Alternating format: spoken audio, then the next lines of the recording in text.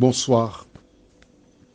Nous sommes heureux de nous retrouver afin de continuer cette magnifique série sur la parole de l'Éternel.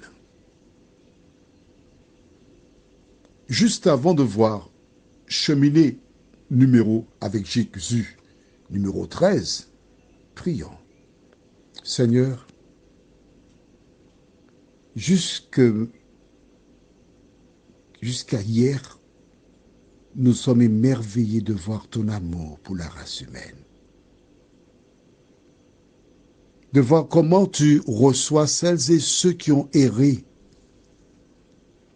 Merci parce que tu nous montres que si nous agissons comme ce jeune homme, tu nous réserves le même accueil. Tu ne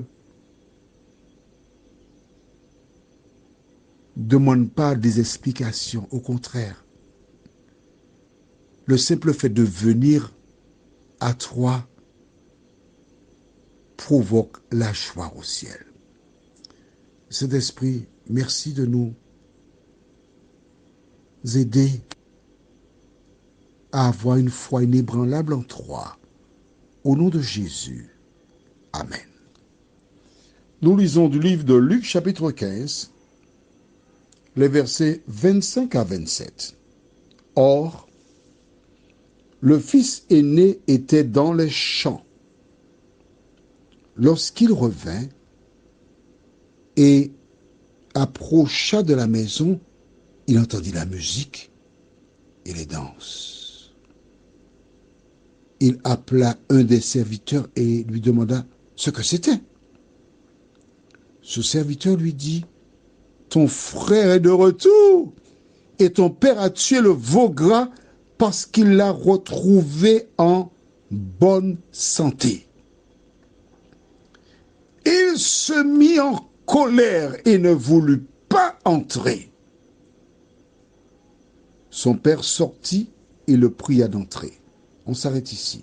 J'ai lu le 28 parce que c'était beau. J'ai fait comme Lucienne. Quelqu'un avec qui j'étudie la Bible, quand c'est beau, elle dépasse le verset. Elle me dit, c'était bien. C'est pourquoi j'ai lu la suite. Je dis, c'est bien. Il n'y a pas de problème. Que se passe-t-il? Rappelle-toi, il y avait deux frères. Tu te rappelles? Non? On lit donc Luc 15, versets 11 et 12. Il dit encore, un homme avait deux fils. Arrêtons-nous là. Deux fils. Que se passe-t-il? Verset 12. Le plus jeune dit à son père, mon père, donne-moi la part de bien qui doit me revenir. Et le père leur partagea son bien. Une fois le bien partagé, il donne à ce fils cadet, regarde bien, on dit le plus jeune, donc celui qui manque d'expérience. Et ce dernier, peu de jours après, il part avec son héritage. Dès que le père a donné au fils demandeur la part, dans la tête du frère aîné, tout ce qui reste là, quand mon père mourra, c'est à moi. Alors s'il rechignait pour aller travailler, il part beaucoup plus tôt. Et il rentre beaucoup plus tard. Car il sait que tout ce que produira l'exploitation sera à lui. Il se donne sans compter. Il ne pense pas à son frère, il est parti, il mène sa vie. C'est son problème. Moi, aux Antilles, nous avons un proverbe qui dit « Chaque bête a fait qu'à clairer banamli ». En français, chacun produit ce qu'il y a de meilleur pour lui. C'est une manière, une traduction bien spéciale. Mais c'est la même chose que ça veut dire. Il travaille, il regarde les comptes impeccables, il plante de nouveaux arbres, il y a de plus en plus de bétail, l'affaire est florissante, les jeunes femmes dans le coin commencent à le regarder sérieusement parce que, oh là là, tu te rends compte, il est seul propriétaire de l'exploitation. Ah, il est bien. Ah oui. Il n'y a personne. Ah non. Ah, j'espère être la première. Hein. Ah non. Ah, je veux mettre le grappin sur lui. Ma chère, et moi donc. Oh, on verra laquelle qui gagnera le concours. Il travaille. Puis le soir, il rentre à la maison. Tandis qu'il approche, il entend de la musique. Des gens qui sont en train de s'amuser. Il est assis sur son cheval. Il dit, oh, oh, oh, oh. Il descend du cheval. Il n'ose pas entrer. Qu'est-ce qui se passe là? Il voit des plateaux qui sortent, qui rentrent, des boissons, des morceaux de pain doux, poudine, forêt noire, pâté en pot, plein de résistance. Mais qu'est-ce qui se passe ici?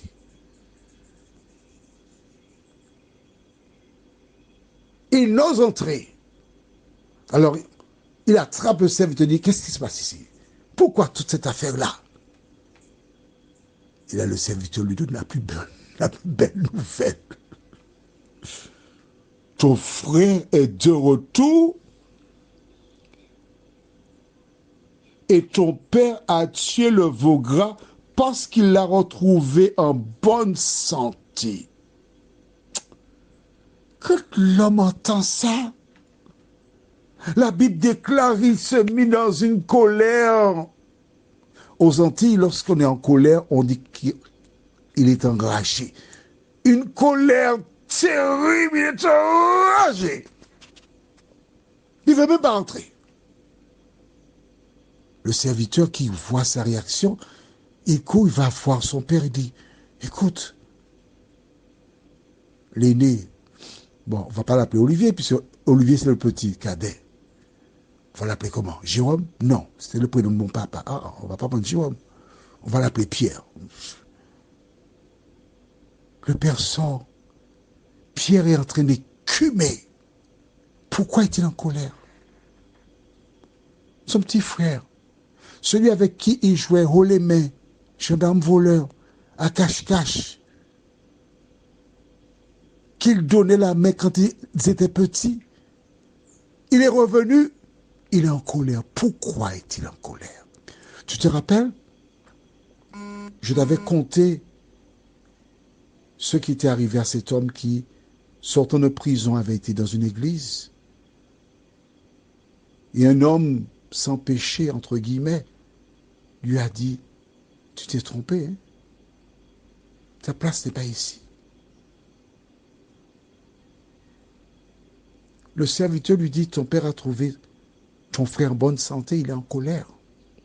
Pourquoi? Allons au livre de Matthieu chapitre 22, versets 34 à 40.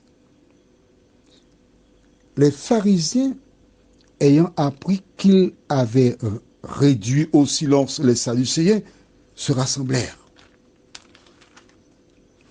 Et l'un d'eux, docteur de la loi, lui posa cette question pour l'éprouver. Maître, quel est le plus grand commandement de la loi? Jésus lui répondit, tu aimeras le Seigneur ton Dieu de tout ton cœur, de toute ton âme et de toute ta pensée. C'est le premier et le plus grand commandement. Et voici le second qui lui est semblable. Tu aimeras ton prochain comme toi-même. De ces deux commandements dépendent toute la loi et les prophètes. Qu'est-ce que cela veut dire? Les 4 premiers commandements d'Exode 20, versets 3 à 11, concernent Dieu. Ce sont les premiers. C'est pourquoi Jésus déclare, tu aimeras le Seigneur ton Dieu de tout ton cœur, de toute ton âme, de toute ta force et de toute ta pensée. Et le deuxième, à partir du verset 12 jusqu'à 17, concerne le prochain. Toi qui m'écoutes, tu dis aimer Dieu, mais quels sont tes rapports avec le prochain? Voici ce frère aîné qui n'aimait pas son frère. Mais note bien, il n'est pas entré, il est resté dehors. Et tu comprendras pourquoi plus tard. dans les jours à venir. Tu peux porter autour de ton cou une croix. Tu peux faire toutes les stations du chemin de croix. Tu peux donner tous tes biens aux pauvres. Mais si tu n'aimes pas ton frère, tu es mort. Parce que tu n'es pas greffé sur Jésus. Prions. Notre Seigneur et notre Dieu. Voici cet homme qui est resté à la maison et qui avait une apparence de chrétien, qui en fait n'en était pas un.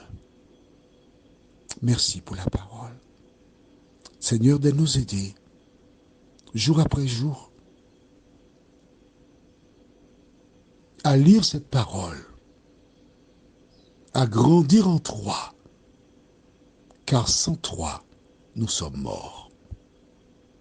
Merci de visiter toutes celles et ceux qui ont des difficultés dans ce domaine. Nous t'avons prié au nom de Jésus pour ta gloire éternelle.